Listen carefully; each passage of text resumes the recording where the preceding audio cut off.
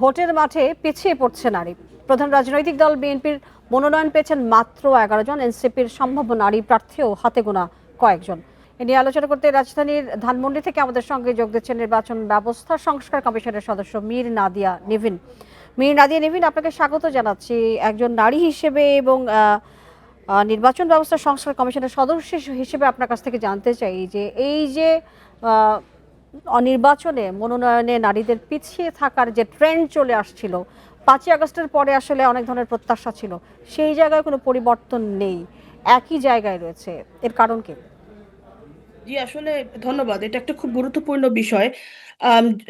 জুলাই 5-এর পরে, গণঅভ্যুত্থানের পরে এবং গত 1 বছরে সংস্কার কমিশনের কাজ এবং ঐক্য কমিশনের কাজে বারবার এই রাজনৈতিক ক্ষেত্রে মহিলাদের অংশগ্রহণে, নারীদের অংশগ্রহণের, অর্থবহ অংশগ্রহণের ব্যাপারটি বারবার উঠে এসেছে।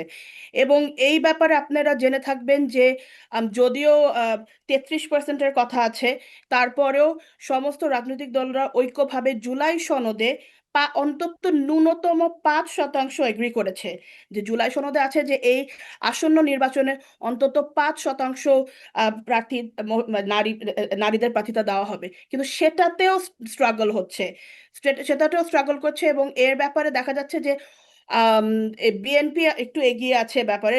272টা সিটের মধ্যে 11 জন আসনে 11 জন নারী প্রার্থী ঘোষণা করা হয়েছে, যেটা 4%। জামাতের কাছ থেকে কোনো কিছু মানে এখনো আসেনি, এবং এনসিপিরও বোঝা যাচ্ছে না কতজন নারী প্রার্থিতা পাবে। সুতরাং এই সমস্ত আপনি ব্যাপার। আপনার আমাকে শুনতে পাচ্ছেন? যেটি আপনি বলছিলেন যে বিএনপি কিছুটা এগিয়ে আছে, 272টা আসনে প্রার্থীর সংখ্যা অনুযায়ী মাত্র 11 জন নারী, সেখানেও তো অভিযোগ উঠেছে। সেখানেও তো এত বড় একটি দলে মাত্র 11 জন, সেটি কি কম নয়? খুবই কম, কিন্তু মানে জুলাই সনদের প্রেক্ষিতে যেখানে দলরা মোটামুটি ঐকমত্য হয়েছে যে ন্যূনতম 5% দেবে, সুতরাং সেই বেঞ্চমার্কটা অ্যাটলিস্ট ওনারা মিট করার চেষ্টা করছে। কিন্তু অন্য অন্য দলগুলো তো কোনো কিছু মানে কোনো নাম্বারসই এখনো দেখা যাচ্ছে না। যে আমাদের থেকে তো একজনও প্রার্থীর নামও আসে নাই, এনসিপি থেকে খুব হাতে গোনা 2-1 জনের নাম শোনা যাচ্ছে। কিন্তু আপনার কথা মানে পরিপ্রেক্ষিতে বলছি যে এটা অ্যাকচুয়ালি খুবই লো বেঞ্চমার্ক, এবং এটার অনেকগুলো কারণ আছে। প্রথম কারণগুলো হচ্ছে যে দলগুলো থেকে তারা মনে করছে যে নারীরা হয়তো যথাযথভাবে আসনগুলোতে লড়তে পারবে না। তারা মনে করে যে হয়তো তাদের গ্রহণযোগ্যতা ওভাবে পাবে না।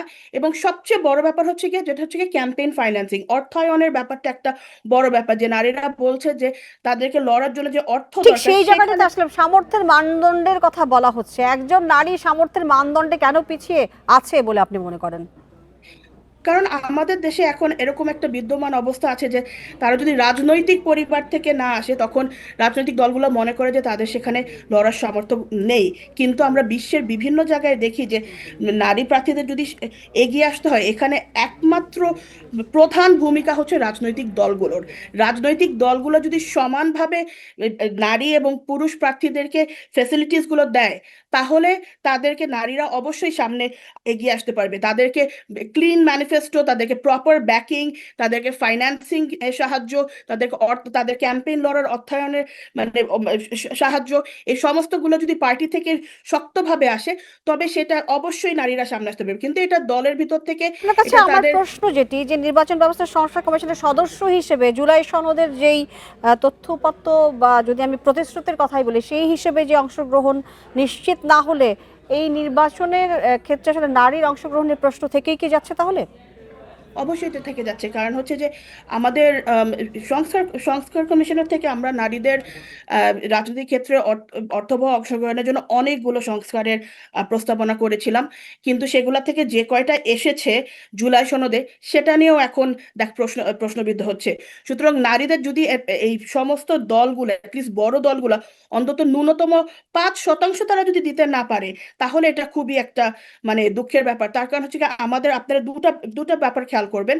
একটা হচ্ছে যে আমাদের জনসংখ্যার 50% হচ্ছে গিয়া নারী, এবং ভোটার রোল, আমাদের ভোটার তালিকায় 12 লক্ষ, 12.77, 12 লক্ষ ভোটার বা 12 কোটি ভোটার লিস্টের মধ্যে প্রায় 50% হচ্ছে নারী। সুতরাং এর মধ্যে যদি নারীরাই যদি এত আন্ডার রিপ্রেজেন্টেড হয়, তাহলে তো সেটার একটা বিশাল ব্যাপার। আমাদের রিপ্রেজেন্টেশন, যেটা গণতন্ত্রের মেইন যে মূল বিষয়টা, যে রিপ্রেজেন্টেশন, সেখানেই তো সেই রিপ্রেজেন্টেশনটা আসছে না। সুতরাং এই এখনো সময় আছে।